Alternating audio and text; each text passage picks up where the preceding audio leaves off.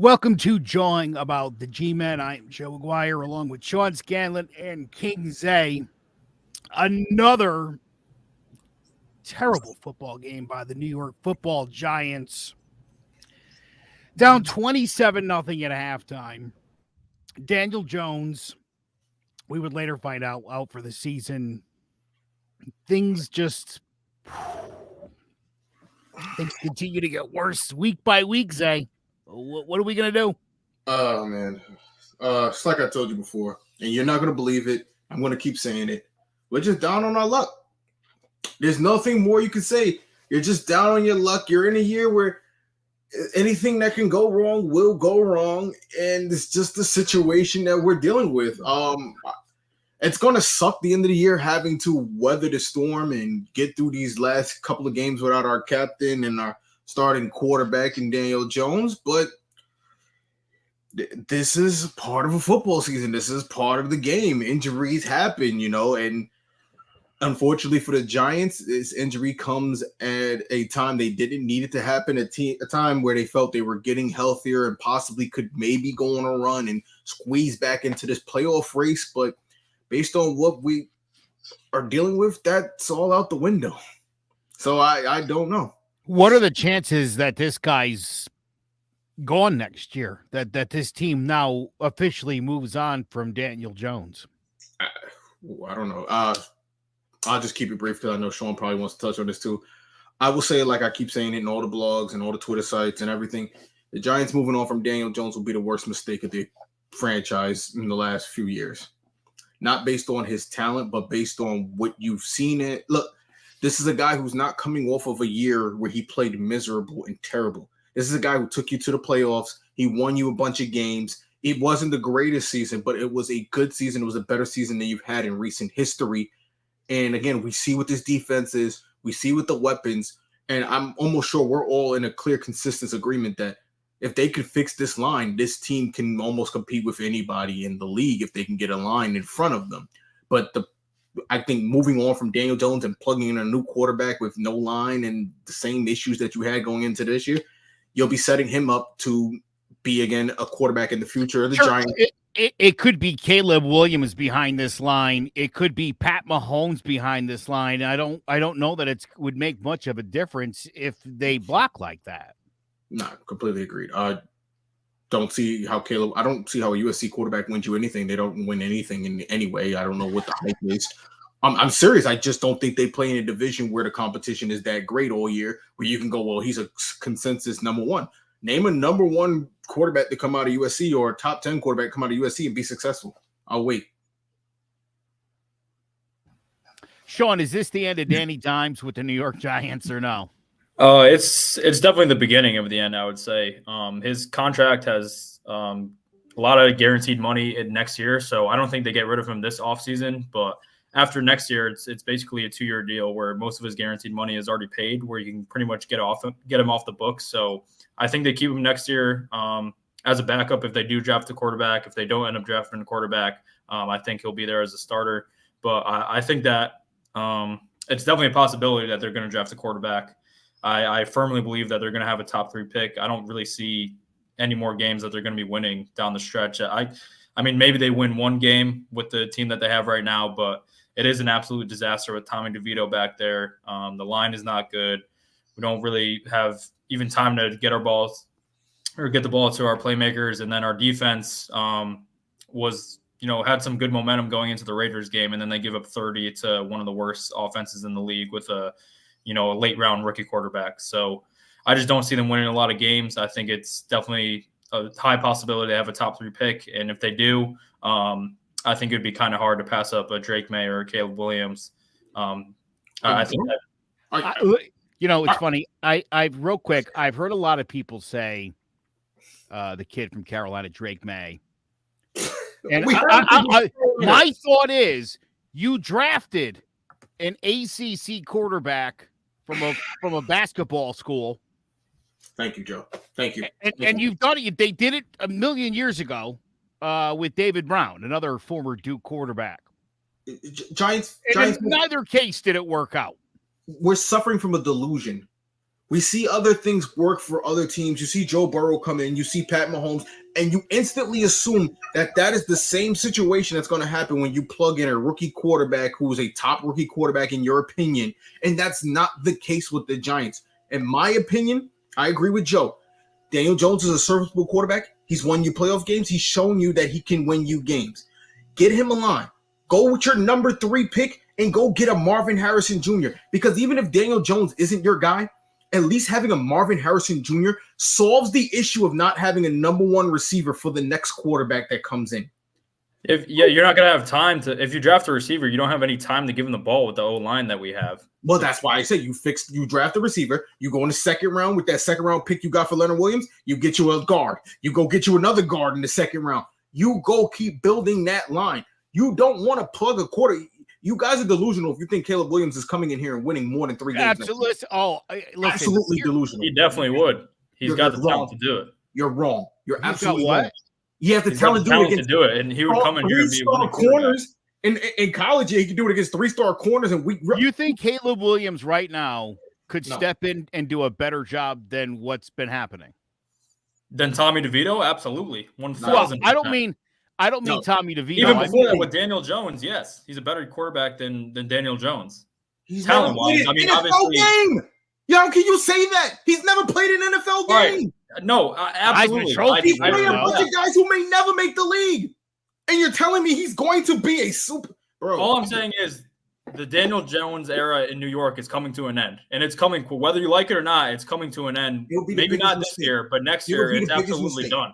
Daniel Jones will go and have a good year next year because he is that type of player. He's going to dedicate himself. He's going to get his knee right. He's going to come back and have a year that's going to piss the Giants off. The Giants are going to make a stupid mistake and move on from him. He's going to win somewhere else. I guarantee it. I don't disagree with that, but it is not. It's not working here. He has a larger sample size. We'll be stuck in hell than he does winning here. We'll be stuck in hell with Caleb Williams, no number 1 receiver, no fixed line, no nothing. We have a good receiver. We don't have any time to throw him the ball. Saqaun Barkley's out the door. I'm letting you know now. If Caleb Williams comes in, Saquon's probably gone. Now who's running the ball? Eric Gray. Eric Gray. You could find running backs anywhere. Also, why didn't the Giants just do that last year? Why are we having this whole conversation? Because Saquon's one of the best backs in the league. I'm saying if you look across the league, you can find late round running backs wherever. What's made this Giants offense good this year is not just when Daniel Jones has been out there, but when there's been nothing for this offense has been good this year. When they have been good this year, it's because Saqaun has been out there. And Saqaun, it's not because Saqaun is the superstar player. No, it's because he draws enough tension that defenses has to look at him. You can't just load the box because he can go out there and catch. And then you have to play coverage out there because now receivers can – your one-on-one matchups, the Giants receivers have been getting separation. That is the thing. Saqaun creates mismatches. He creates nightmares for defenses. You won't get that with Eric Gray or whoever else. Who's the other running back that we have? Joe, what's Matt Breida. Matt Breida. You're not getting that with that. So who are you getting to fill in instantly? Especially now that running back C, you're not going to pay them. You've already proven that with Saqaun Barkley. If I'm a Josh Jacobs or a top running back in the league, why am I going there? They can tag Saqaun again if they really want to. I don't know if they will. They could, and he could sit out. I'm telling you now. By the way, he's sitting out. He's not doing it again. He's looked didn't sit out this year. He's looked pretty good the last 2 years. The last 2 games. And I need to clear this out with people. He's not on a franchise. He agreed to a 1-year deal. It's a franchise with a little bit of incentives in it. It's still a franchise tag. But he could still be franchised again. No, if he was franchised, he'd be making 10.1 this year. If he was on making like 10.8. He's making it's 11. The same thing. He's making 11 with a $2 million bonus. That's not the same thing. It's not a $2 million bonus if he doesn't rush for 1,500 yards. If I pay Joe 11 million and I pay you 10 million, don't tell me you're going to feel like you got the same amount out of it. No, I don't want to hear that. He's not on a franchise tag. He's on a modified tag or modified contract, a 1-year deal. You just said it yourself. Call it whatever you want. Yes. But at the end of the day, if they tag him again, especially at the league minimum, he's not coming back. He's not playing for you next year. It's not his choice. They would have to trade it. If he gets franchise tagged, he's going to be on the roster. They have to trade him. What did Le'Veon Bell do? He can sit out, but he's not going to go play somewhere else. Okay, so he can sit out. He's made enough money in his career. He's invested. He's not a dumb kid. He's got commercials. He's got everything. He can take a year off. I think he's too loyal to this team. That I don't disagree. He definitely How could. can you But be loyal to people who aren't loyal to you? I agree with that. But he did it this year. He didn't sit out a training camp, and he showed up to work because he's a great player that the Giants don't deserve.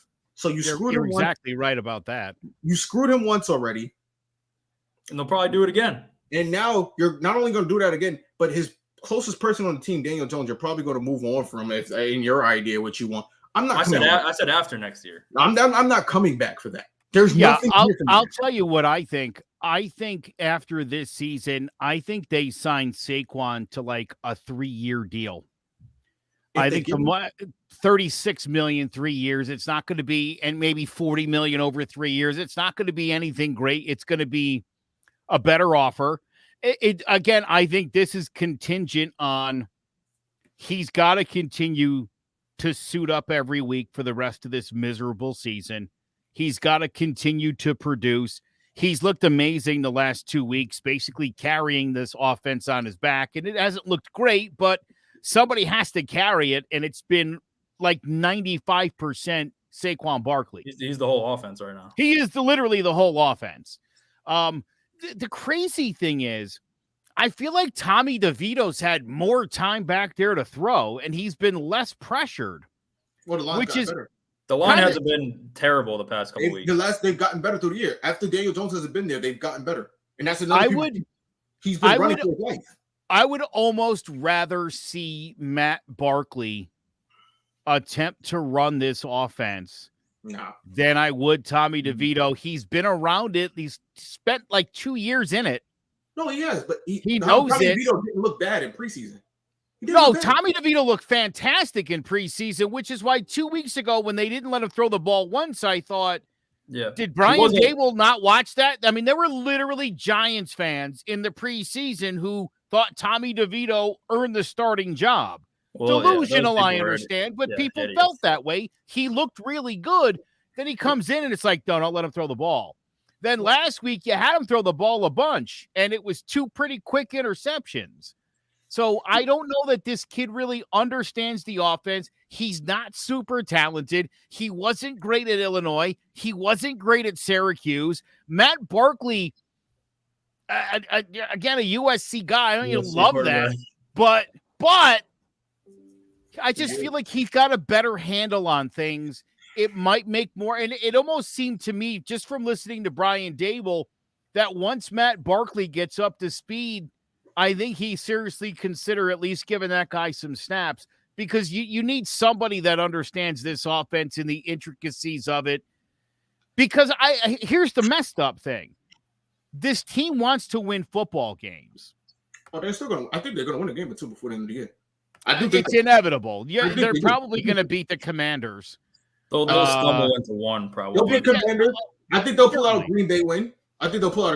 There. There's some games I think they will actually pull out, and they'll screw up that top 10, whatever you guys are dreaming of, which I'm perfectly fine with. Because, again, look at the Texans. The Texans aren't good because they just went and got a quarterback and it fixed their problems. No, their rebuild started when they traded away who everyone thought was the best receiver in Hopkins, and they started plugging in people. They started fixing their line. And now, guess what? They look like a team. Their quarterback is set up. He has a number one receiver. He has a line in front of him. That's what you do. Not for nothing. They had the second and third pick last year, and they added 2 tremendous players to that roster. Now, and you've pointed this out a whole bunch, to be fair, the Giants had the 5th and 7th pick 2 years ago. And neither of those guys, you could start to make the argument for Kayvon Thibodeau. He's starting to come on. No doubt about it. I need more from him. And I'm telling you, I still feel like when this guy's running down the field following a play, I still don't love the effort a lot of the times. I feel like he's not running 100%. And when this team is playing like crap, that upsets me. And I love KT. I just bought my son a jersey. His first Giants jersey officially now will be number 5, because that's someone that I believe is going to be here for a really long time. That said, you mentioned drafting a guard and another guard. I still think that it's time to move Evan Neal one slot over. Agreed. I think, and he spent some time at, look, I like this kid. I'm a big Bama fan. He played well at Bama. He did play some right guard. He played right tackle. He played left tackle.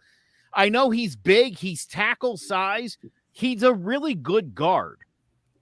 And I almost wonder if you don't move him over, go get yourself a right tackle and a left guard. And with Schmitz and Thomas, you've got a decent offensive line here.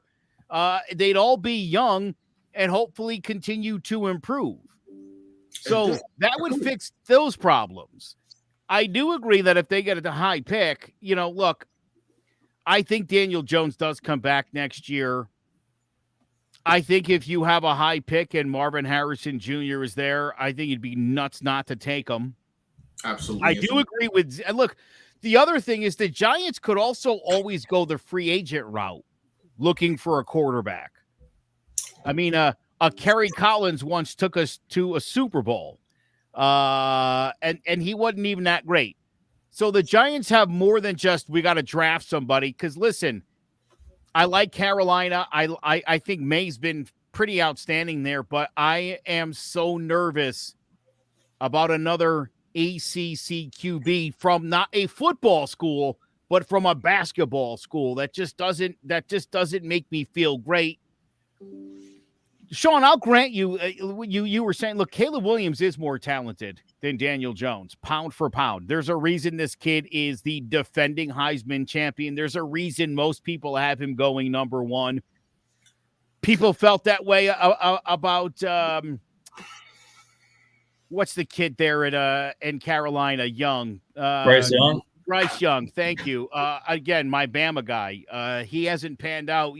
When we talked about this a little in the offseason, the amount of people that were like, it's a no-brainer, Bryce Young 1, C.J. Stroud 2. C.J. Stroud got really very disrespected leading up to that draft. He was there was that knock that Ohio State quarterbacks don't win games. And obviously, Josh Fields has been a bit of a disappointment. This was also coming off Dwayne Haskins passing away even. So C.J. Stroud had to live up to that. He's the starter on one of my fantasy teams. That fantasy team, by the way, is 9-1. So things are going well there because of C.J. Stroud.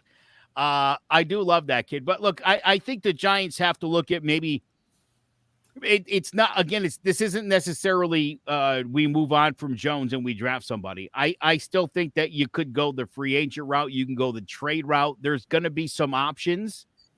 I think they have to seriously look at that. Yeah, I would say trade more than free agent because great quarterbacks don't hit free agency. If they're a great quarterback, their teams end up during their rookie contract. So you're not going to get a great quarterback in free agency. Going the trade route, though, if you have assets built up, then you can go get it. I just don't.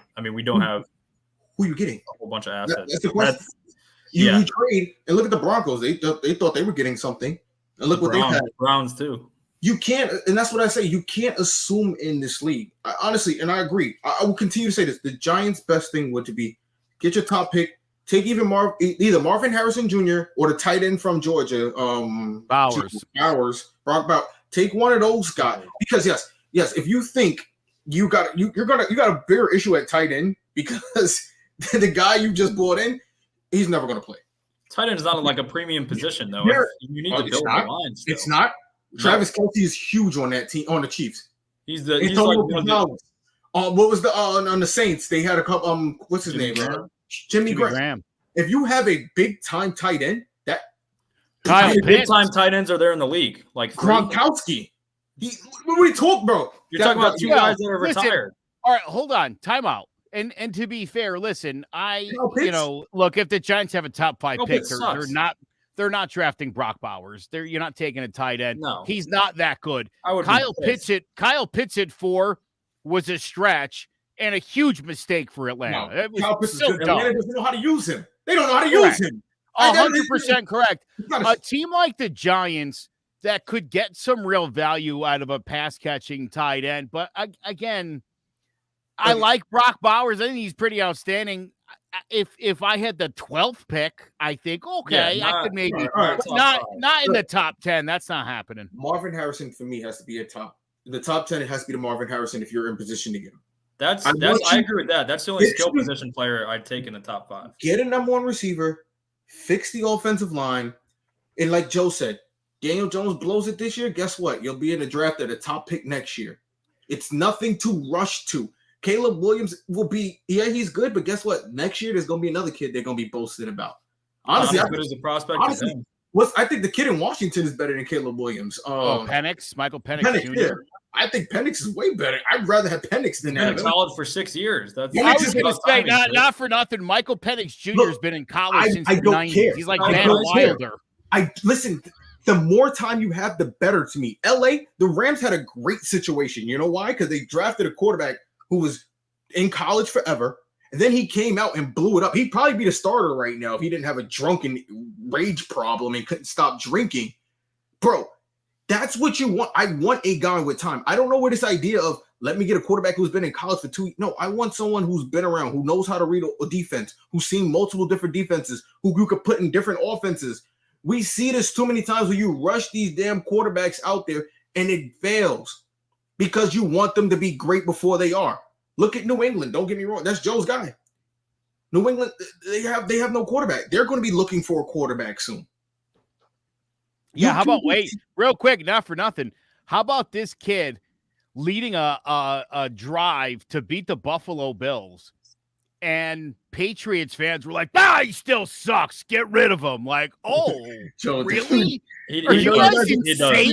Mac Jones. We're not going to let it go. But again, listen. He had a good game against Buffalo, but but you should want that as a fan. You should want more of that. And they have wholeheartedly rejected it, and they just want to move on from this guy. That's how, look, them at 2-7 and us at 2-7, it's a different thing. They might as well be 0-16 right now. That's how bad it feels in New England. We're kind of used to this. We're dealing with it best we can and thinking about, like, what could we do next year that would be different than every other year but 2016, literally going all the way back to the last Super Bowl. Because that's where we're at. We've done a poor job of roster construction in the last 11 years. The roster construction, outside of spending $500 million in 2016, loading up on some stars and making a run, it's been pretty terrible other than last year. I wouldn't say roster, more so coaching. Coaching has held down the roster. Here's why I would say, I'm sure the coaching's been awful. And I think this year's coaching has been as dreadful as Shermer and Judge and some of the other garbage that we had to watch since they ran Tom Coughlin out of town, which was also a stupid thing to do. To me, I don't know why he's the coach today. But take a look at New England. There is such a thing as, well, this guy does kind of have to go at some point. Not too early, but also not too late. It's a tricky subject, no doubt about it. That said, mostly this giant roster has been underwhelming. It's been underwhelming. Look at Okereke. Before Okereke, who's the last good free defensive player they signed on in free agency, not counting 2016?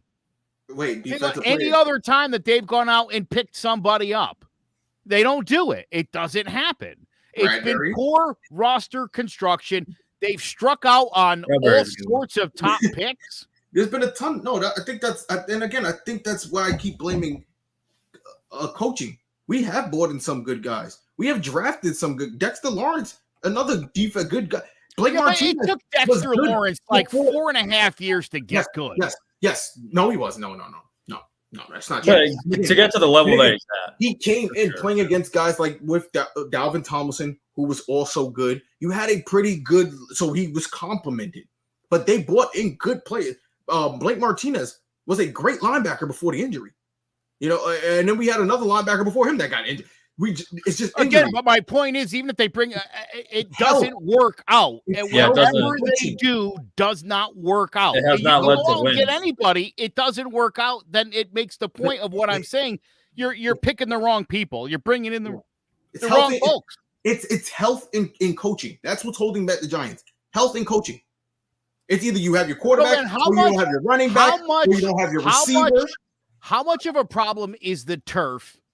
Huge. At MetLife. And what are the Giants, who own the goddamn thing, going to do about it? Because from Aaron Rodgers, who cares, to everyone else that's been hurt on that field. Saquon, Blake Martinez. I mean, it's bad. It's just not them. It's turf in general. Turf in general is just a bad thing. I don't understand why a league that's this expensive doesn't have full grass fields everywhere. You can afford to upkeep the grass. Unless in a case like Arizona where it gets too hot and something like that might happen. That's the only time that makes sense to me. But they got to change it. They have to. We're losing too many stars. Let's talk about this game for a minute, and then we'll take a look around. We have to. We do. I guess the question here is, do the Giants have any prayer of winning this game? Obviously, they got destroyed in the first one, 40-0, and that was a home game.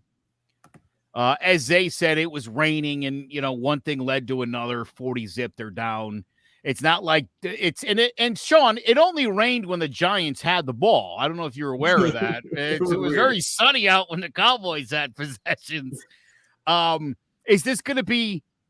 Do we all agree this is going to be like a 37-0 blowout again? This is going to be something dreadful that we're not going to want to watch. Yes, this is going to be a god awful game. And I don't really want to watch it, but I will because I'm a sicko and I'm stuck with these Giants for the rest of my life, unfortunately. Yes, sir. But yeah, we got blown out 40-0 the first week, and we've gotten significantly worse since then. So that just tells you what's going to happen. It's not going to be pretty. Dak has looked, as much as I hate him, he's looked pretty good the last couple of weeks. Their defense is very good. So it's not going to be pretty. I think it's going to be probably like 34-6. I think our defense will look decent in the first half, but I think our offense will be not on the field at all. So just going to be time and possession battle where Dallas is going to be on the field for 40 minutes. Eventually they'll cave in, and Dallas will end up scoring probably 40 points. So it's not going to be pretty. I'd say probably like 34-6 conservatively. That might be. Yeah, that feels right. You might be getting a little generous on the Giants with those 6. Yeah. Zay, question. Can the Giants keep Dallas under 21 before the half?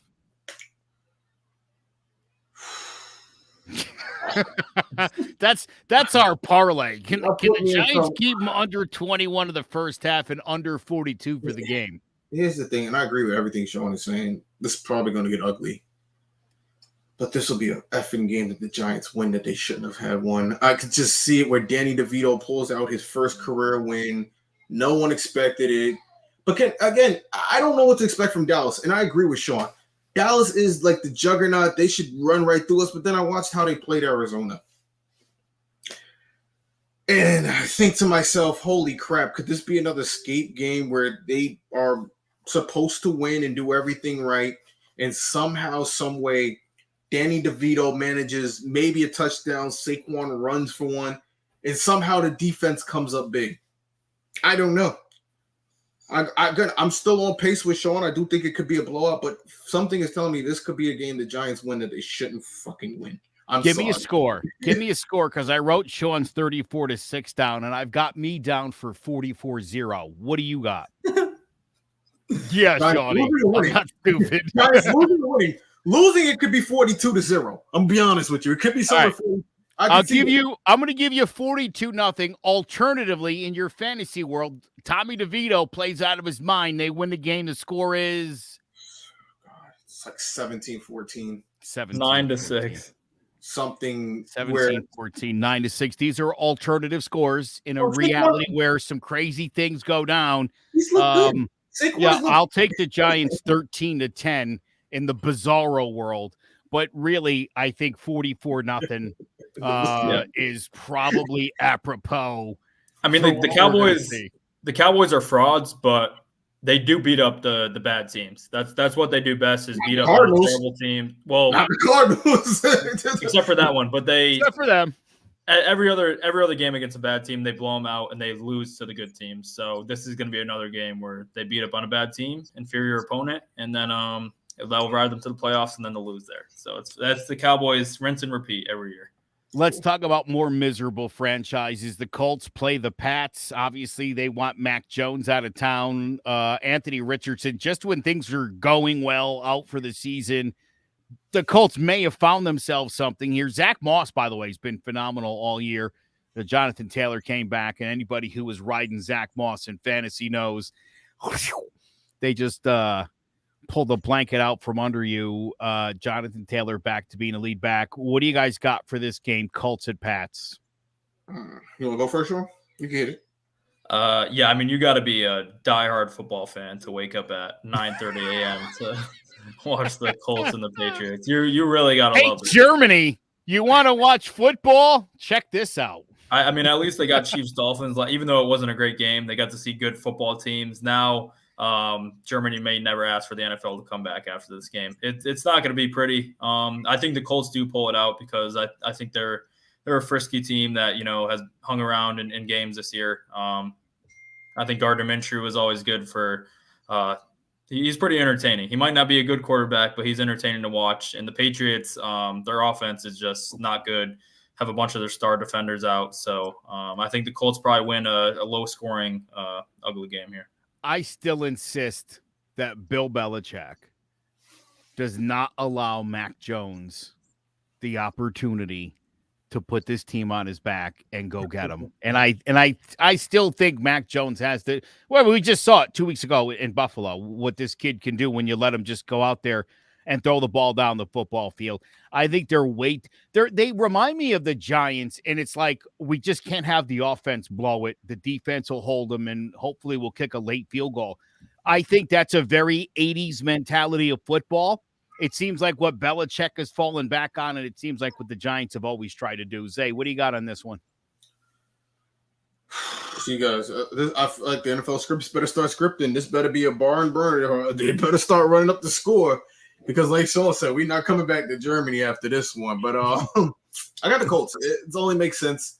I see the Colts. Again, Colts who could be mirroring the Giants. I'm going to let you know that. Remember, this was a team that had a great quarterback. They didn't want to fix their line. Now they don't. Now they're still searching for a quarterback. Anthony Richardson came in, hasn't been it. So, again, just know what your future could be like, Giants, if you don't fix your offensive line. But, again, going Colts, simple fact, the Patriots are just not good. Mac Jones isn't good. And like you said, Joe, he's not going to get a chance to win it late. So give me the Colts in Germany. Yeah, it's going to be 2037, and the year 2037, Joe is still going to be saying, if they give Mac Jones a shot, he can take this offense places. I swear, I'm telling you, if you love him. You haven't given up on him, Joe. That's good. You know what it is, Sean? I've watched like 6 Patriots games this year. Literally sat there start to finish, and I never do that. I already have an affinity for this kid, and from what I see, it just seems to me it's a lot like Danny Dimes, where it's like, let this guy ball out. You're going to lose anyway. Might as well ball out and see what happens. Again, I would rather Daniel Jones throw 5 picks than not throw the football down the field the entire game. Like, just go for it. What is the worst that's going to happen? You're not going to lose any worse than you're already getting your ass handed to you. I don't understand it. Bill Belichick always thinks he's the smartest guy in the room. You got a talented quarterback with no skill around him. I don't know what you're expecting. All right. This another one here. Cleveland at Baltimore. Listen, it's funny. 2 years ago, I was the first one that came out anti-Deshaun Watson. I know. Liked Deshaun Watson when he was in college. I didn't like the way he acted the entire last year in Texas. And then when he didn't want to play after he took them to a 4-12 record, I thought this guy's a loser and a very selfish football player. Then I found out he was jocking 15-year-old girls on Instagram, and I wrote the guy off. And I was right to. I'm exaggerating the situation for comedic effect, eh? But I told you at the time. Okay. I think there's clearly something wrong with this dude. That was some weird shit that he did. And I'm not going to hand the keys to my franchise and $230 million in guaranteed money to a guy who I find to be kind of a suspect human being. You know, I felt the same way about Ben Roethlisberger.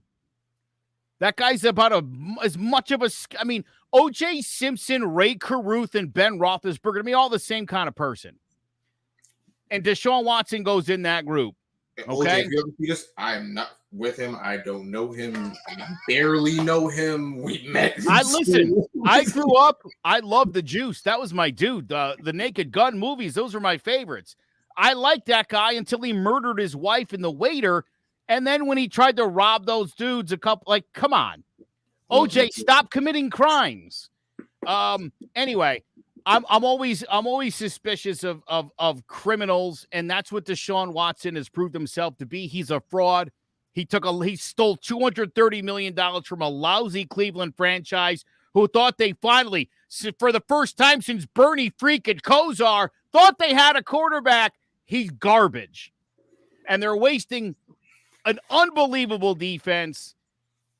It's a shame. That said, obviously, Lamar Jackson's having a hell of a year. He's an MVP candidate. They're at home. I think that they win a tight game, 19-16 over the Cleveland Browns. Whew. Sean, you want to attack this first? Yeah, I mean, it's an AFC North game. It's probably the best division in football. These are always good games. Two of the best defenses in the league. So I think it'll be relatively low scoring, but I think the Ravens do pull it out at home. I think they might be the best team in football right now. The way that they've been running the ball, they finally got Lamar some receivers. Their defense is number one in the league. They're playing at a historic pace right now. So I do think the Browns keep it close. No thanks to Deshaun. I think their defense keeps them in it. But, yeah, I think the Ravens win at home. And I think that they improve their chances to try and get the number one seed in the AFC with a division win here. Guys are different. I'm taking the Browns. I don't know what you've been watching. Y'all got to get Sunday ticket back. Deshaun Watson's been playing well lately. He's been playing really well. He's been putting up touchdowns. He's throwing over. He's played a tick better than the garbage he was playing like. He's played really well. He's played a lot better. His quarterback rating is up. His touchdowns are up. His yards are up. When you're in a toilet, there's nowhere to go. When you're down, there's nowhere else to go but up. But at the end of the day, they're up. And he's been playing well. He's been doing what they've been asking him to do, and he's been getting better. We knew there was going to be a disconnect. He missed the year. He had issues. He wasn't going to be the Deshaun Watson we thought he was in Tennessee. But we're actually starting to see that Deshaun Watson in Tennessee actually start to come back alive. And I'm going Cleveland here. I think Baltimore's a good team, but I do think they have been getting lucky a lot this year. I think that luck finally does run out. I do think they wanted lucky. I'm going to keep saying it, bro. If you win a game, think about it. They put up 36 points or something it was, and their quarterback didn't even throw a touchdown. Like they didn't need to. They couldn't stop the run. Bro, they are a really good – I don't know if it's really good or really lucky, but I do think it ends here again. I think Cleveland is a team that's going to be able to stop the run there. I think if Deshaun could do enough to win it, they'll win this game 27-24, Cleveland. All right, Houston, Cincinnati. I mentioned C.J. Stroud. He's been a phenomenal rookie quarterback. Last week, he set a rookie single-game record, 470 yards passing. Dude's been straight up balling. And kudos, by the way, to D'Amico Ryans, who let this kid go out and ball because, you know what? They had nothing to lose. Let him ball out, and it's worked out really well. That said, last few weeks, Joe Burrow seemingly has started to put it back together. Cincinnati has sort of turned the corner. Sean, do they beat Houston at home? I think they do, but I do think the Texans will keep it somewhat close up until probably late fourth quarter, because this Bengals defense has the ability to finish games with their pass rush and pretty good secondary. But like you said, Joe Burrow has been phenomenal outside of September, which is what they usually do. Bengals usually get off to that slow start. And since then, they've looked like not just one of the best teams in the AFC, but one of the best teams in the entire league. But C.J. Stroud has also been electric. That performance last week against the Bucs was amazing. Probably the best rookie quarterback game of all time. So I think that there will be a lot of points in this game. I think it will be high scoring and a lot of fun, but I do think that the Bengals, with their experience, will pull out late. But I think CJ Stroud will play another good game. All right, Michael. No, I agree with everything, Sean. Sean, you're on it today. They do get off the slow starts, the Bengals, and they do turn the corner. Hence why I bet them to go to the Super Bowl a couple years ago. If they didn't win it, they would have won me a lot of money, but whatever. But here's my thing. There's no T. Higgins. What's his name? Jamar Chase. Yeah, that's a factor for sure. Chase is beat up. And I think Houston is good enough to actually win this game. And not to mention, Sean, their slow start was because Burrow really had a hamstring issue this year. He had a bit of an injury. Yeah, he didn't look the same. He's finally starting to turn a corner. But having no weapons out there, I think that's going to be a pretty hard task to win it because, like we've been mentioning, he's been playing a lot better ball as of lately, and they've really got nothing to lose out there. So I'm going to take Houston in this one. So a lot of people are running with the Cincinnati Bengals, but I'm taking Houston.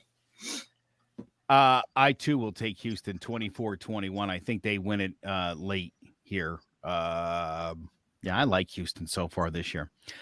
San Francisco at Jacksonville. Obviously, San Fran got off to such a great start this year. They've been hit by all sorts of injuries. Drops this one to San Francisco, Sean. I just feel like the 49ers figure out how to get it done and get themselves back on track. I agree with you here. I think after 3 straight losses through the first 5 weeks, they looked like nobody was going to beat them. They looked like they were going to run right to the Super Bowl, but they've slowed down a little bit. Their secondary has not been good. Brock Purdy has not looked like he did to start his career, but they do get Debo back this week, coming off a bye, got a little bit healthier. So I do think they go into Jacksonville and have a statement win here. I do think the Jags are actually pretty good, though. Their defense has been much improved this year. Obviously, their offense is pretty explosive, but I do think they have a stinker here and that the Niners get back on track after losing 3 straight. No, nuts. I'm going Jacksonville all the way here. Look, like I said, I've been saying it since week 1 on this show. Brock Purdy's a front runner. He's not good. He is what you do, and this is what I keep explaining. When you build a good offensive line and you put good weapons around any quarterback, then you can have a winning situation. But when your offensive line sucks, then you need a phenomenal, unbelievable quarterback to win you games, and that just doesn't exist in the league. That's the point I've been trying to get across for weeks now.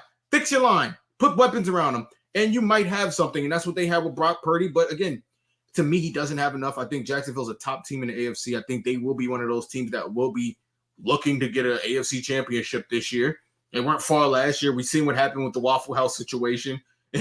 So, again, I'm Jacksonville all the way here. San Fran, to me, has not been that good. I'll keep calling out these NFC teams. I told you who I think is the number 1. That's Detroit for me. I think everyone else is wishy-washy. But I'm going Jacksonville here. Should be a close game here. I think, again, San Fran has too much to be blown out. I agree. All right. New Orleans and Minnesota. New Orleans has sort of seemingly put it together the last couple of weeks. Derek Carr is playing better. I think New Orleans is in a really good spot here going into Minnesota. Minnesota still, I guess, Josh Dobbs, what he did last week. Let's talk about this cat for a minute because the dude didn't even really get a chance to look at the playbook. Didn't expect he was going to play, got pressed into action, and all this dude has done all year is ball out. And again, I think when you let a guy just ball out, see what happens, and you've got some talent, you can do some things. That said, I think New Orleans is a much better team right now than Minnesota is. I don't think they're going to blow Minnesota out here, but I'm going to take New Orleans to win in Minnesota. Close game, but I'll take New Orleans. Sean, what do you got? I'm going to go with the home team here. Vikings have quietly won 4 games in a row. Defense has looked a lot better this year under Brian Flores. They started to get it together. And Josh Dobbs, like you said, just amazing, not knowing the playbook, not knowing his teammates' names. Had to learn the cadence right before he went into the game before that drive. So I think that magic keeps going for Josh Dobbs. I do think it will be a close game because the Saints' defense is pretty good. So I don't think the Vikings will score a lot of points. But I also think even though Derek Carr has looked better, this offense, I just don't trust them. He loves to check down. They don't another team that doesn't really let him throw the ball downfield. So I think that it'll be relatively low scoring, but I think the Vikings keep that magic going, win their 5th in a row, and still give themselves a chance to sneak into the NFC playoffs. Michael Thomas, by the way, arrested on battery charges for an incident. It's been quite the fall off for him after that, historic 2019 season. Not great. What a shame. Don't know if that guy's ever going to get back to where he was. He was once looked upon as one of the best receivers in the league, and besides not being able to stay healthy and stay on the field, he just can't keep himself out of trouble. That's just not a good mix in this league. You'll find yourself out really fast. And like the Cowboys, like last week, who was it? Martavis Bryant was reinstated. You will be like that, where people forgot about you, and then now you're looking to get reinstated 4 or 5 years down the line. And for him, again, with his health issues, that's not going to be a situation. But New Orleans, Minnesota, this is a tough one. Like Joe said, Josh Dobbs, shout out to him. He hasn't been given a chance since he's been in the league. He came into Pittsburgh as the backup. He's looked good. I mean, I never thought he was a bad quarterback. He looked great in Tennessee too. He has everything you can want. He can run. He can throw. He just isn't given opportunity. I think it's because he's got Appalachia, whatever. What's it called? Alopecia. Whatever. You got it. Jada Pickett Smith guy. Oh my God! Keep my quarterback's name out of your mouth. I don't know. Teams want the franchise to have alopecia. I think it'd be great. I don't know. I think it'd be great advertisement. I think there's a lot that go to it, but I just can't figure out why this kid doesn't get a chance. You know what they say? You can't be a franchise quarterback without eyebrows. Yeah, no, it's been said before. And he's really good. He's absolutely really good, in my opinion. And he's just going to keep trading around. But I'm rolling with Sean on this. I feel like Minnesota at home, Josh Dobbs just keeps rolling because, again, you ain't got nothing to lose. And unlike Arizona, he's actually got good weapons in Minnesota. He has Addison. He can throw the ball. He's got. You know what? I didn't mention to you guys. I'm starting Josh Dobbs on my fantasy team this week. He's been starting. He started almost every game for me this season because my starting quarterback was Aaron Rodgers. This is my dynasty league. Sean, you're in that league. It was Aaron Rodgers, and before that, Tom Brady. Quarterbacking was not a problem. I have Ryan Tannehill on this particular team. Desmond Ridder. I mean, I've been just nailing these quarterback picks. Sounds like it. I sat Josh Dobbs last week. I started Derek Carr, and Dobbs put up about 50 points. So I'm starting Dobbs this week. So everybody do yourself a favor. Take the Saints. Green Bay, Pittsburgh. This is one of those games where you got two young quarterbacks that everybody thought, especially when the season got started, these two guys are going to ball out and be good. They've both been pretty terrible. I've got a lot of friends that are Steelers fans. Obviously, everybody hates Matt Canada. How this guy still has a job is beyond me. It looks like the Jordan Love move might not have been great. It looks like Deontay Johnson came back last week, which of course meant Pickens had one catch.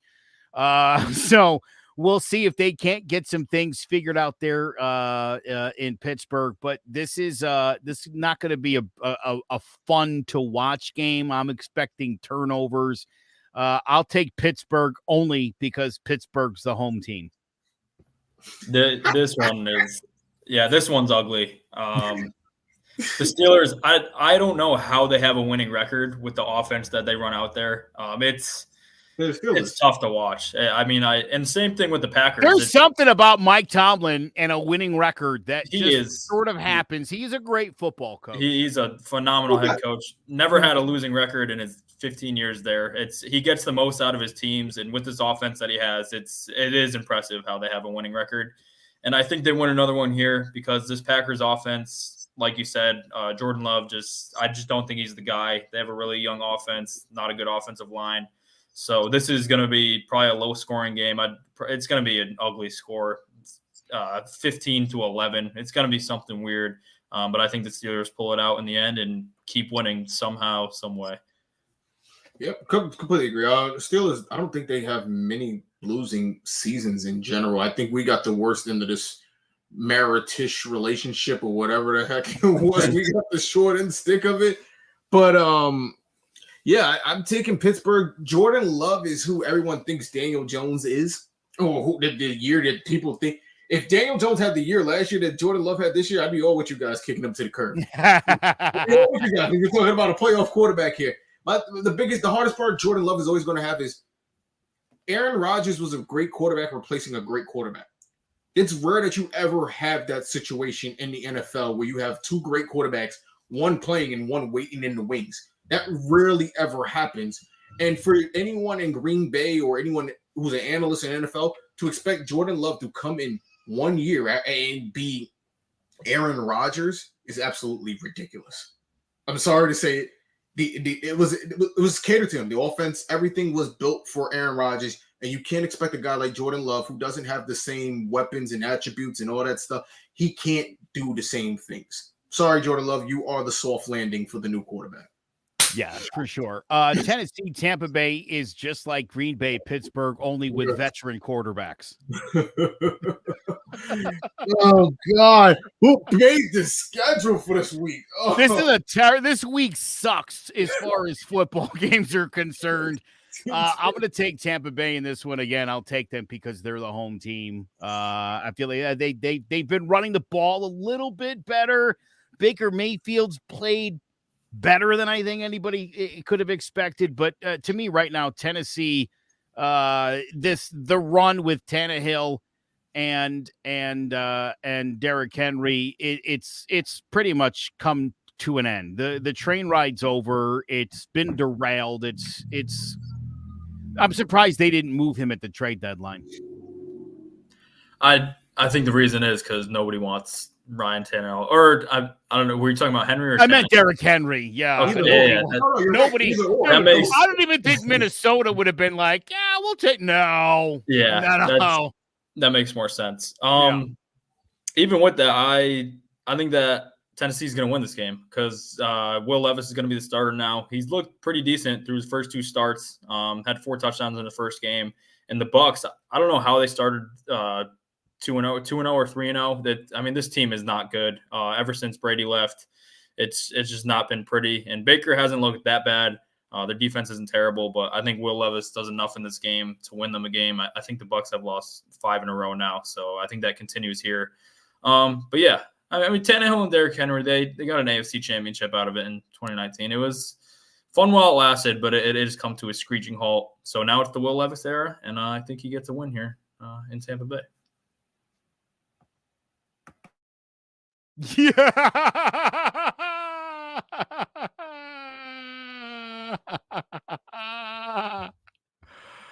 Oh man. Flip the coin. My fault, guys. You muted. Yeah, I don't know who's gonna win. I flipped the coin. I'm going Tennessee. I could care less for this game. Yeah. Baker Mayfield sucks. I hate the way Daniel Jones gets bashed, and Baker Mayfield's just been sucking it up all year healthy. And then Will Levis, like he said, he's been looking good. I don't know what Tennessee's going to do at their quarterback position. Again, I keep saying it. Bringing in a rookie quarterback, doesn't solve all your issues. Tennessee, this is now what their second quarterback they drafted in 2 years that they're now on to. So again, you don't know what you're going to get. This is not college. You're no longer playing 3- and 4-star corners and linebackers. You're playing the cream of the crop, the best of the best. And guess what? You may not cut it here. So give me Tennessee just because the coin said so. I love that. That was awesome. Atlanta, Arizona. I want to say maybe two of the most disappointing teams in football. Arizona, not so much. From where they were, go back about a year ago, there was a lot of optimism in Arizona. It quickly dissipated. Same thing here in Atlanta. You look at the Drake Londons and the Bijan Robinsons and Kyle Pitts, and you're like, how much more talent can you put on this offense? And it doesn't produce anything. week in, week out. Ritter's obviously out as the starter for just complete ineffectiveness. But if you're Atlanta, you got a winnable game this week against an Arizona team that's been mostly incompetent. Kyler Murray may or may not be playing in this one. Is he back? Is it official? He's in. He's in. He's in. I don't know. It'd be nice to see Kyler Murray balling out, but I don't know. He's been out a long time. I don't know. I'm going to take Atlanta. Go, sorry. Yeah, I'll go Falcons too. This game, another stinker. I don't know who put the schedule together, but the Falcons, like you said, for the amount of talent that they have in offense, to be 4-5 in a bad division, with the talent they have, they should be running away with this division. But they've just found ways to lose games. They did it again last week with Josh Dobbs coming in, who didn't even know the players on his team. They didn't even know their names, and yet they find a way to lose that game. So I think they will win this one, just because I think Kyler Murray will be good in a couple weeks, but I think it's going to take some time after not playing it for a year. And their defense after that Cowboys game has just been terrible. So I think the Falcons find a way to win this game, but they could also blow it, and I would not be shocked because that's what they've been doing all year. But I'll take them to win a close game, but I don't feel great about that pick. Taking Arizona. Sorry, guys. I think Kyler Murray brings enough boost. I think he brings enough boost and energy to that locker room, because we've seen that team play on many occasions where they've actually played pretty decent as a team. And if Kyler Murray can do just the little things that Josh Dobbs has been doing over the weeks just to keep them winning, then they should be able to win this game. And like you said, Arizona, a team full of talent. My biggest thing is, like I keep pointing out with our situation, it comes down to coaching. Yeah, you can have all the talent in the world, and I will continue to say this: if you can't coach, it don't matter who you have. It literally doesn't. Coaching means a lot. For sure. Look at Detroit. Boy, Dan Campbell certainly turned it around. Jared Goff, tell me everybody didn't have this guy written off 2 years ago. There was question whether he was going to even last in Detroit. And what happened was they got themselves a franchise quarterback. I like this Detroit team going to Los Angeles to play a Chargers team that, I'm sorry, I say this week in and week out, Justin Herbert does not do anything for me, and he doesn't do much for these Chargers. He does generally find a way in the fourth quarter to do something stupid. Doesn't have to be an interception, could be just a lousy 3-and-out series where he doesn't move the ball and they end up giving up a score. He's put up great numbers. And so a lot gets forgiven. Everybody pins it on the coach. The past couple coaches that have been in head of the Chargers have gotten this. It's always the coaching for some reason out there. It's never the players. I don't get that. I'm going to take Detroit to win this game, and I think that they win it by double digits over the Chargers. You took the words right out of my mouth. I think the Lions win big here. The Lions are legit. They're one of the top teams in the NFC. They have a great defense, a lot of good playmaking. I think the Eagles are better, but I think the Lions are right there. But the Chargers, like you said, another team that has a bunch of talent, playmakers all over, not just on offense but on defense too, but just can't put it together. They're collectively, dude, right? Weird. Yeah. They're similar to the Cowboys, where they'll beat up on bad teams, hence, the Jets, who can't do anything on offense last week. But once they run into a team like Detroit, which is weird, still weird to say, but once they run into a team like the Lions, it's going to get ugly. So I do agree. I think the Detroit probably wins by at least 2 touchdowns, I'll say. I think they dominate in this game. Yes, I completely agree with everything you guys said. I'm so happy. I don't have to repeat anything. Again, Detroit, I keep mentioning, they're my favorites. Giants don't got nothing left this year, so I'm going to put some money on Detroit to get to the Super Bowl and win it. Yes, that is who I am running with. And mostly because, again, Jared Goff, Matthew Stafford, to me, those guys, those are my Daniel Joneses. Why? Because I've seen those guys who were put in terrible situations, sent off to the wasteland, and then they go and do something that no one expected them to do. High draft picks who in their first couple of seasons, people were like, it was a mistake. Big mistake. Shouldn't have drafted him that high. Well, it's worked out. Jared Goff made a Super Bowl in like his third year. Until Stafford's won one. And Jared Goff is back again. Again, don't be fast, Giants. Fix your team. See what you have. I'm going to keep reiterating this. Don't be too fast to move on. I agree. I mean, I think Daniel Jones is going to be a Pro Bowler, all-pro type player somewhere else. I don't think that would be so unfortunate. The worst thing for us because it's going to happen. That means Washington for 5 more years, 10 more years. Washington and Seattle. Washington it's such a disaster.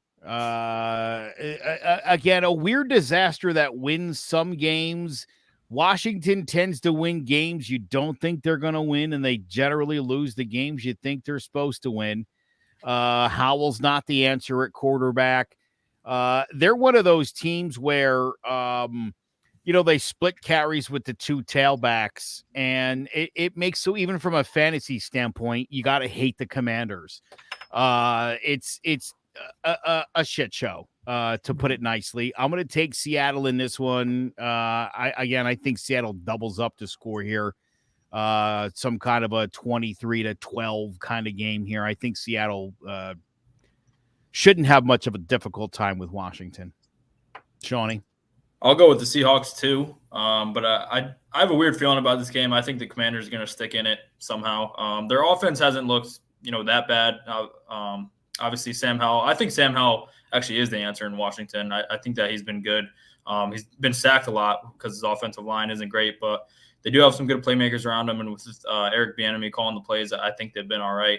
The defense is another thing, especially after trading away their 2 premium pass rushers. Their secondary is not great. But I don't know. There's really no logic to why I think it will be a close game. I think the Commanders are going to stick in this one. It just seems like the Seahawks, they're a good team. They're a solid team. But I just don't think they're at that elite level yet in the NFC. So I think the Commanders find a way to stick around, but Seahawks will end up winning it. You're muted. Fucking, why does it keep muting itself? Anyway, Commanders, Giants. See, I literally have not touched it. I don't know what I'm doing. I believe you. I literally have had my hands here the whole time. I think it was the coin when it landed. No. I'm not even touching it. I don't even know. But anyway, yeah, Commanders, Seahawks, Giants. These teams, they're all on the same level, in my opinion. It's just about health and schedule. That's all it comes down to. The Seahawks aren't better. They're not a better team than the Giants. No. Yes, they are. They're not. It just comes down to what you see. They embarrassed us on Monday Night Football. Okay, yeah. But they beat us last year. They beat us last year too. Yeah, but that was an injured. Again, that was another injured game. Nobody was playing. We had injuries that game. We didn't even. I don't think Saquon was there that game either. There was a stretch when Saquon played every game. Daniel Jones missed a stretch of games last year. It was between. No, he didn't. It was between the Commanders and Seahawks games. We had to. I think it was Commanders, Seahawks, and then Commanders again. They were one of them two. Missed the game against the Seahawks, bro. I guarantee you they didn't. Okay. Look it up. Right. I'm going to have to go back. But give me Commanders. I'm sorry because, we just rushed it. Give me Commanders. The Seahawks aren't that good. Commanders have played tough this year. They played even against the Eagles. You've seen it when they took them to overtime. Give me the Commanders in a game, like Joe said, they probably shouldn't be winning. Jets and the Raiders on Sunday Night Football. The Raiders obviously coming off their biggest win of the season against a lousy New York Football Giants team this week. They're fortunate to get the Jets. That Jets offense is I don't know if you guys are old enough to remember when Peyton Manning was hurt the year he was with it's like second to last year in Indianapolis, and Curtis Painter old enough. Was the starting quarterback in 2009? That was like 2009. Old enough. Was it 2009? Whatever year it was, like that. I just remember Curtis Painter. I watched a couple series of a game that the Colts were playing, and he was the starter, and it was like he had never played in a professional football game at all. He could only throw like out routes about 8 yards. They always bounced in front of the receiver by a lot. Anybody who was moving across the slot, he overthrew them or underthrew them. It was literally like he didn't know how to play football. And I watched Zach Wilson, and it seems to me if he's not throwing the ball to Olave, forget about not Olave. Who's their guy? Garrett Wilson. Garrett Wilson. Sorry. Yeah. Garrett Wilson. If he's not throwing the ball to Garrett Wilson, there's a very low chance of a completion. It's so bad. It's so hard to watch the Jets. And you look at that defense, and that defense reminds me of the Giants defense over the last couple of years. Obviously, I think the talent level's better. Don't get me wrong here. But when you put a defense out on the football field for 17 drives, and they're on the field for like 40 minutes of a 60-minute game, it could be the 85 Bears. You're going to have a really hard time winning a football game. And I know Robert Saleh's keeping the receipts or whatever nonsense it is.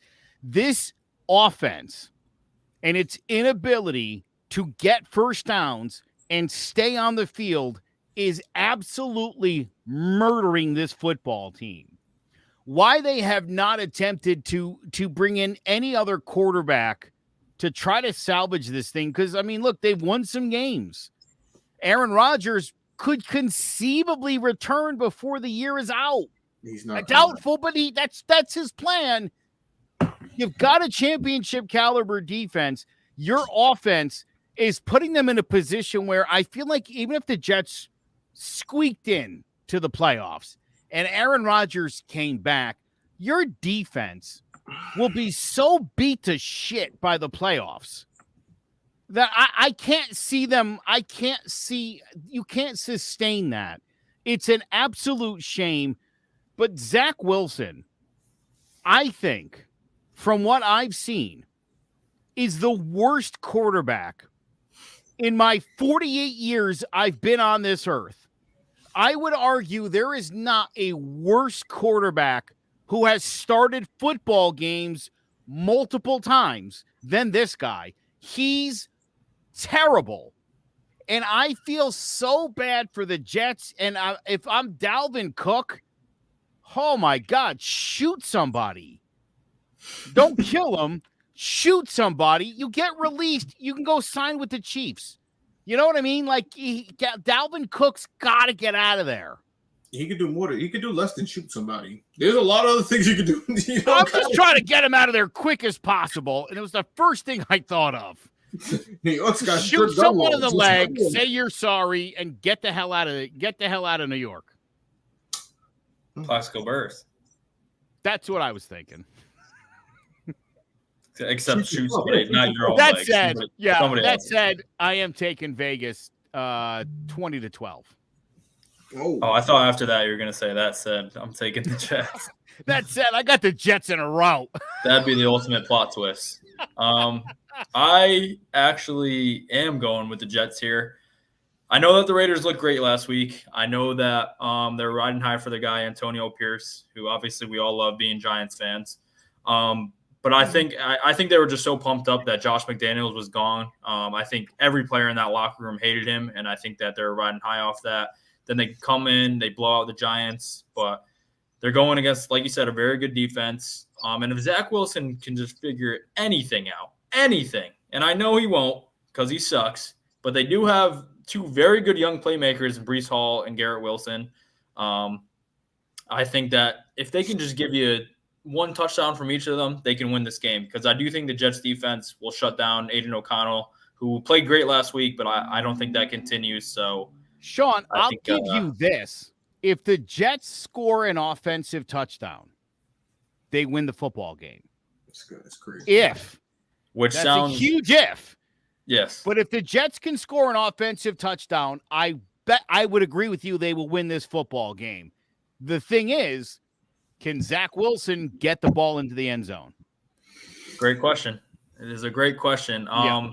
But I do think maybe even like a Sauce Gardner pick six, forced fumble, just if the defense scores a touchdown, that's pretty much all you need. Sean, which I think more likely Sauce pick sixes you won than a Garrett Wilson touchdown.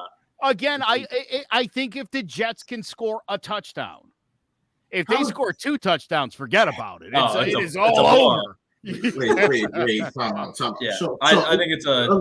I'll let you finish. Jets. What the fuck, Joe? What are you talking about? More likely is how many pick sixes does Sauce Gardner have this year? 1. How many does he have in his career?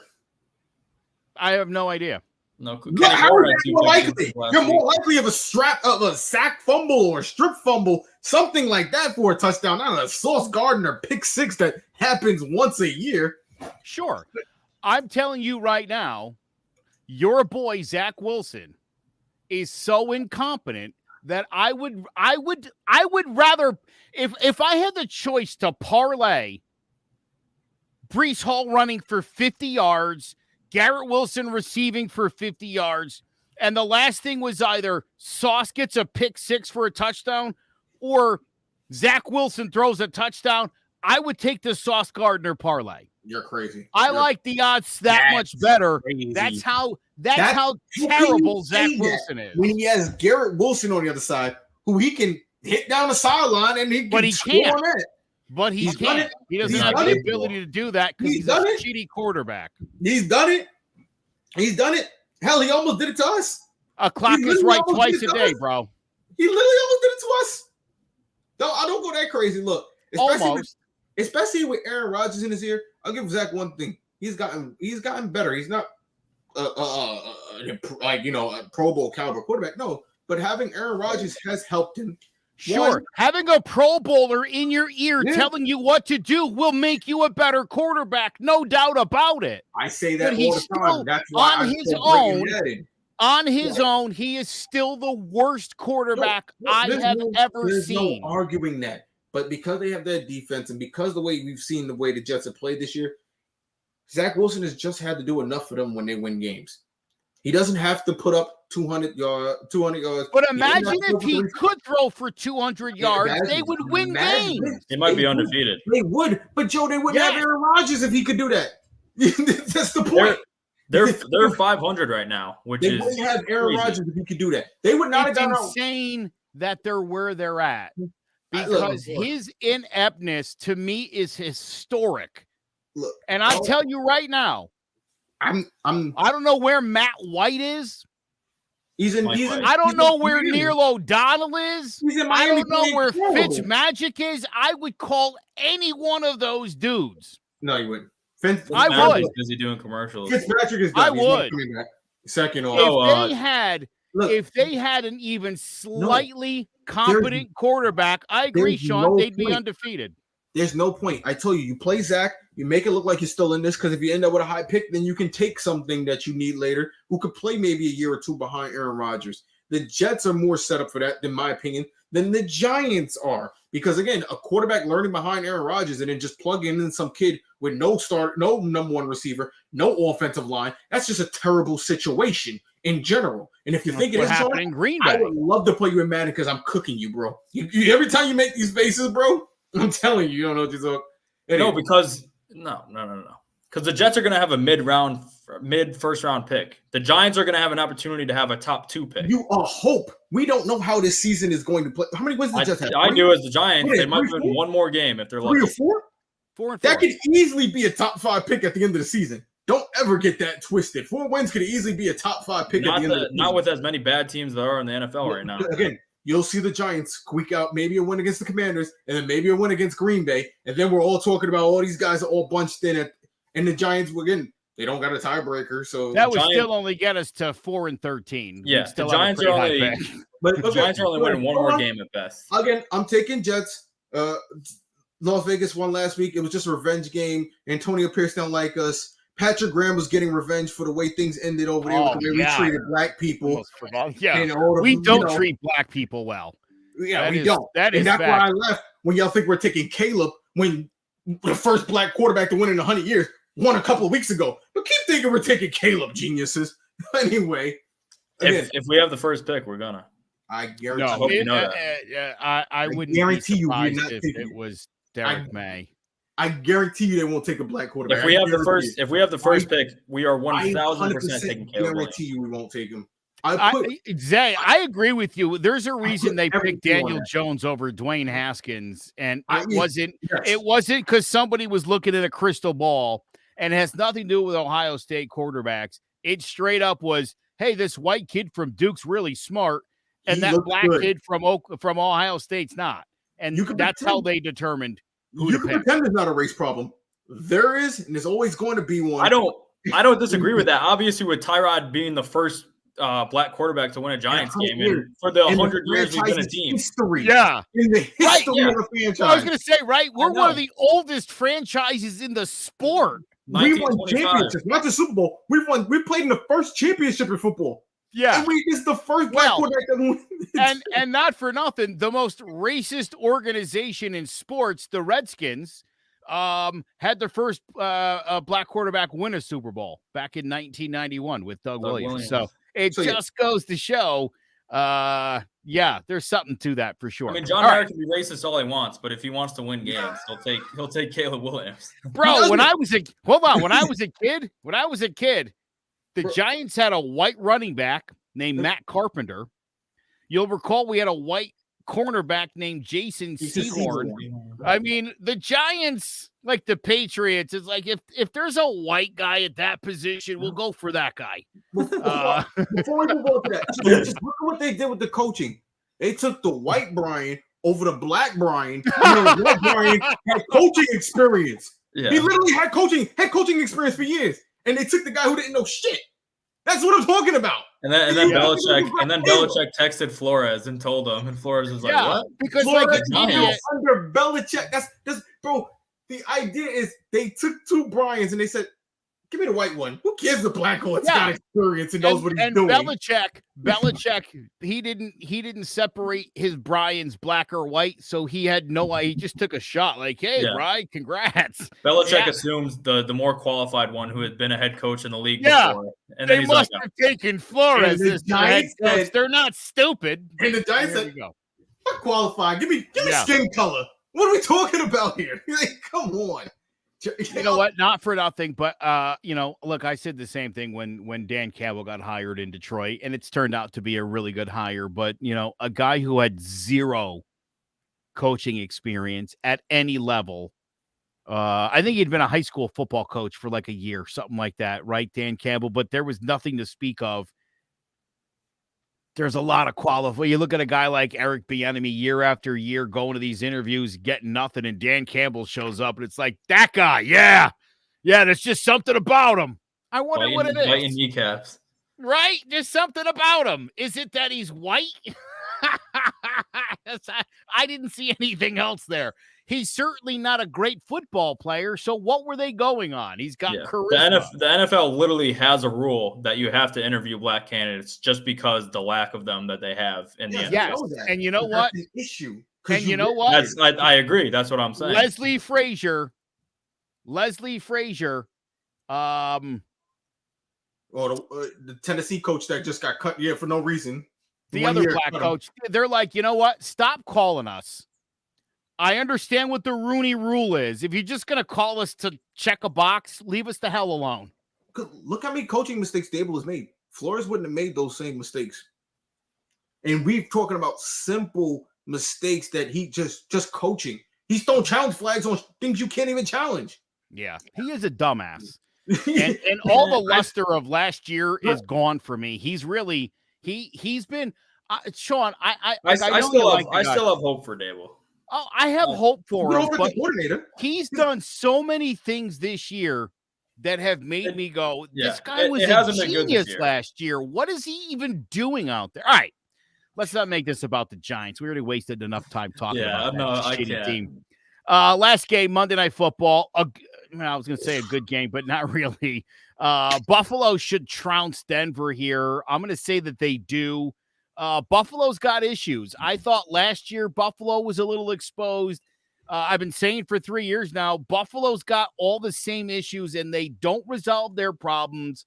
Their superstar quarterback and Stephon Diggs, as good as they are, they've got some other great weapons. They still just can't get the run game going to really set that offense up like it should. This Cook kid, he's been better than what they had, but still extremely inconsistent. All that said, though, Denver's a disaster. What was a championship caliber defense that just needed a quarterback 2 years ago, got a quarterback. He's been terrible. And now that defense also sucks now. It's so bad in Denver. It's not even funny. Sean? They traded Chubb. They traded. Oh, it's pathetic. They've decimated this team. Yeah. Yeah. I mean, looking at this game, though, if you were to look at this any other week, you would say, yeah, this game sucks for Monday night. But compared to the rest of the schedule, this might be one of the better games of the week. Yes. Because the Broncos, I agree they're not good, but they have looked a little bit better the last couple of weeks, winning 2 out of their last 3, beating the Chiefs. And Russell Wilson, even though I agree he is washed, he's not the same guy he was in Seattle. If you look at his numbers, he's really hasn't been that bad this year. Their defense has been historically bad. And I do think the Bills, I don't think they're a good team. I don't. I think they're middle of the pack right now, and they've shown that. They can't close out against bad teams like the Giants. They can't beat good teams, except for that Dolphins win, which was earlier in the season. So I don't believe in this Bills team. I think this will be a pretty close game. I think the Bills do win it, but I think this will be closer than some people expect. I think Bills will probably win by like a touchdown late, but I think this will be one of the better games of the week. Oh, don't even look. I'm going Denver. Coming off that big win, I think they got all the Taylor Swift momentum. I keep telling you about, the Bills, they just have this tendency to blow games they should win. Like the Jets, I remember I called that upset a couple of years ago on Joe's Sunday show. We used to do that pregame football show before the football.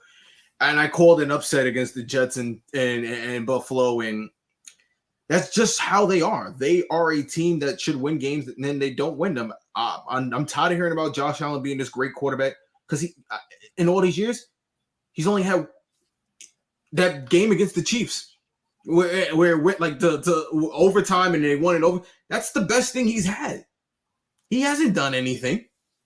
He hasn't won MVP. He hasn't won you an AFC championship. He hasn't took you to a Super Bowl. So I don't see the hype in Josh Allen no more, especially not with the whole Dable connection, because, again, I think Dable's a great coordinator. I think Josh Allen's a good quarterback, and when those two are together, they're a better situation. But it's just not good enough right now for the Buffalo, and it hasn't been good, and it won't be good, and the Bills will continue to be the Buffalo Bills of Canada, of South Canada. I swear to God. Nobody makes their feelings of disdain about franchises and players better than Zay. Sorry. The Canadian, I'm sorry. The Canadian South, the South Canadian Buffalo Bills.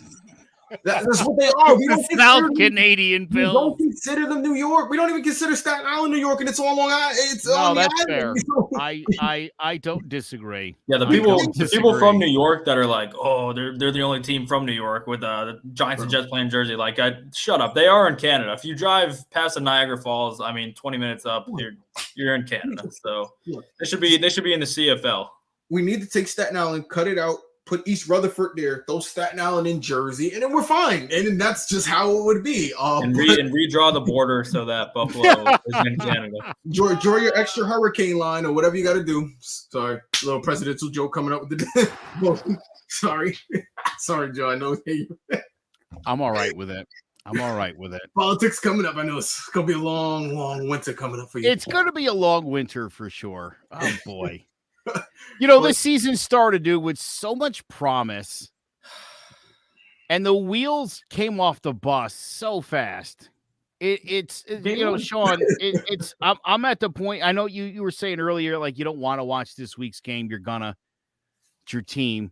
You're obligated to. You're loyal to your team. I'm hate watching at this point.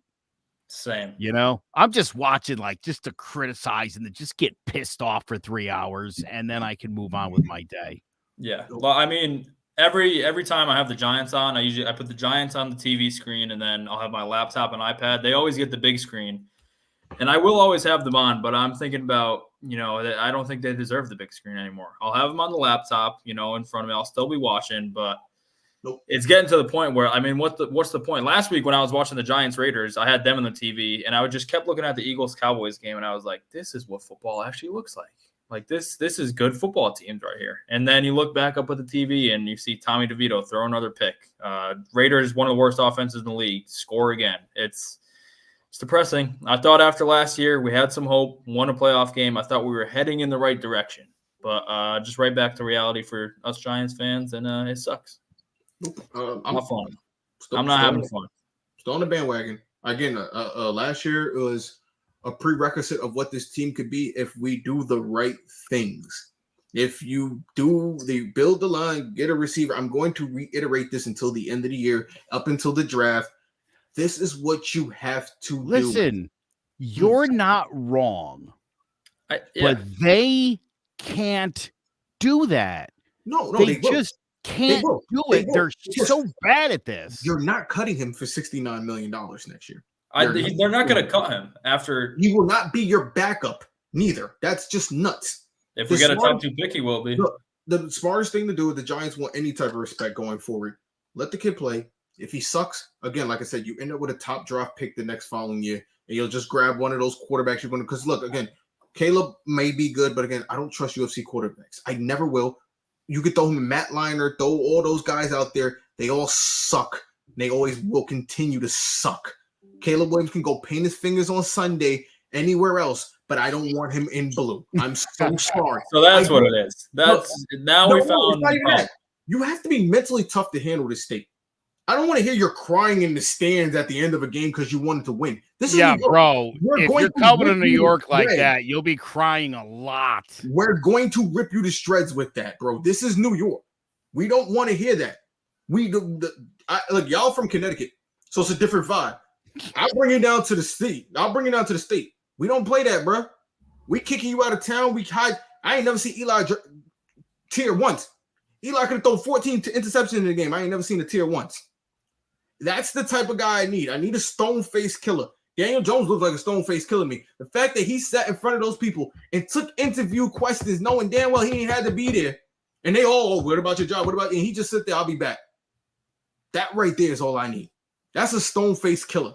When you tell me stone-faced killer, that's not that great. Look, he's got the stone face down. It's the killer part. He handles the media. Eli Manning wasn't no Aaron Rodgers. He wasn't Peyton Manning. He wasn't great in the regular season ever. But when we needed him to do it, that's when he did it. That's when he became the stone-faced killer we needed for those 4-game playoff runs. That's what I need. Eli didn't look good his first playoff. His first playoff looked like crap. Daniel Jones actually won a game. His first playoff game against the Panthers, I remember that. I remember as a kid coming home, 2005, 2006, let's go, we're going to beat the Panthers. We got smoked. Beat down, yeah. Beat down. I remember that game. Mm-hmm. So, like Joe said, don't put your expectations on the first 5 years and this, that. Players need to grow. They need to develop. They need stability. They need to be under one system. There's a lot that has to go on. And like these coaches and owners admitted, they've been screwing this kid up since day one. They definitely have. I agree with that. Who was your first coach? Can you tell me? His first coach was Shermer. I think he was there before Shermer. Was it Shermer? I think he was there before Shermer. Jones? No. Yeah, I think was he there? No, he never. McAdoo never coached. It was Shermer's first year. It was the last year of the other year. Yeah, Shermer and then Judge and now Judge and then now Dable. You can't expect the kid to be good. They definitely have not dealt him a good hand. I completely 100% agree. But it's also at this point, 5 years in, he has shown that except for 1 year, which was an outlier at that point. How is it an outlier? How is it an outlier? Because he has 4 other years of evidence that have shown he's not a winning he's got 4 other years of incompetent coaching, terrible teams, and completely bad staffs all around. All right, it's the same staff from last year than this year. Was the first year he had something of some type of stability. New coach, and the coach that knew what he's doing offensively. Not just a guy it's the same coach this year. What has happened? Not an offensive coach, not a coach who's an offensive coach, who's a special teams guy, who's coaching offense, who's coaching defense. Not a guy who's coaching quarterbacks in college right now. He actually has a coach and an offensive coordinator that he can learn and work from, but you have to give this kid a chance. Yes, things didn't go well in 2 years. They've given him. Nobody has looked good in year 2. Year 1 of the Dable experience was great. Year 2, the coaching staff has looked bad. The line has looked bad. The players have looked bad. They've said the wrong things. This has just been a complete and utter cluster in general. All right, but how many years are we going to give him until we say this guy is not winning football games? You just gave him a new contract because he earned it. So you give him his off of 1 year, off of one good year. Yeah, but look, to be fair, like you said, hold on, you said yourself, Sean, he's got to be back next year anyway because of the contract. And if you move on after that, you then you do. And give him a chance. But listen, I still think you have to draft a quarterback early here. I don't necessarily think it's got to be with your first pick, but maybe pick 2. In the 3rd round, 4th round, if you want to take a quarterback? Potentially. And then listen, if Jones the following year is a failure, then you officially move on. Maybe that guy starts a year, you go draft somebody with your top 5 pick and you start all over again. But again, listen, I just think at this point, Sean's right. Like the window of opportunity is running out. They did give him a contract. Like you said, Zay, he earned it. I'm not arguing that. I know you're not. I understand that. But my point is they, again, how many chances in 5 or 6 years this guy's got to start hitting and he's not. But that's sports. If you give him an offensive, you give him a one receiver right now, you fix that offensive line, and God forbid that offensive line is even middle of the pack next year because they're dead last right now. That takes so much time, though. No, it doesn't. You've already rebuild an entire offensive line. Yes, it does. You're not rebuilding a whole offensive line. You have one good piece right now. You have a Pro Bowl tight end. You can move your big boy who's playing tackle to guard, and then you can bring in a guard and free agent, or you can draft a guard and free agency. Whatever in the draft. You can fix the line right then and there. It doesn't have to be the greatest line. The line last year when Daniel Jones went to the playoffs, that line was terrible. They weren't the top league. They got better progressively as the year went on, but they weren't a great line to start the year. They just got worse this year. I don't even understand how it happened, but they've gotten worse this year by adding, I guess, what they assume better pieces. My thing is, give him a chance. Fix the line. Give him a number receiver. If he can't do it, get him the hell out of here. Yeah, I agree. Again, I think the way the contract's structured, it only makes sense that you give this guy another try to fix this line up. Patchwork it together and give him one more run. And if he's out, then it's officially time to move on. What if he does good, Joe? What if he wins as a player? What if he that year? I agree. Listen, there would be nothing. There would be nothing worse to me than if this guy moves on and starts winning somewhere else. But my argument is, if he comes back next year and he's healthy, and I think this year is actually being better for him because I think with the knee injury, it gives him a chance to become a better pocket passer because now he's not thinking run first. And he can actually start going through reads. But my thing is, if he comes back, plays great, because they did all the things I said, then what are you going to do at the end of the year? You're going to move on to another quarterback? This kid, say he does have a year similar to the had when he earned his contract. Then what are you going to do? Well, no, because he still has 2 years after that. I'm just saying after. Now you're going to keep him for 2 more. You see how y'all playing this game? It's wishy-washy. No. I'm saying you can get out of the contract after next year without a lot of dead money. But he does have a 4-year contract. So if we don't draft a quarterback next year and he ends up playing well, I'm more than fine with him staying. I just don't think that he's ever going to get back to that point where he was last year. Draft the quarterback. I'm not arguing with you guys. Draft the quarterback. I want a guy late in the round because, again, we've seen the durability with late round quarterbacks. Just don't. There's such a small percentage of them that hit. It's just a waste of a pick. Russell Wilson, Tom Brady, Brock Purdy. I'll just keep naming if you want me to. Okay, over how many years span is that? That's like 3 quarterbacks over a 25-year span. Pat Mahomes wasn't a top pick. He was picked later. He was a top 10 pick, dude. What are you talking about? Top 10 pick. I thought he was 15 or something. Between 15 and 20 that year. Number 10. Oh, he was 15, 20 that year for the Chiefs. Whatever. Who else? There's a list of other quarterbacks that we can go through. It's Dak, Russell Wilson, Tom Brady. But whatchamacallit? Buffalo. Josh Allen. Josh Allen was a top 10 pick, dude. What are you talking about? Was he? Yes. Yeah, five or seven or something like that. Hold on. I know I'm not. There's more than that weren't top 5. All right. Well, Zay's got a mission. He's going to find. I'm going to go again. I'm going to go do some research because I know there's more than that. He's going to find us some late round quarterbacks on next week's show because we've talked for 94 minutes, mostly about the Giants. And that, I got to tell you, is impressive. Yeah, it's hard to do.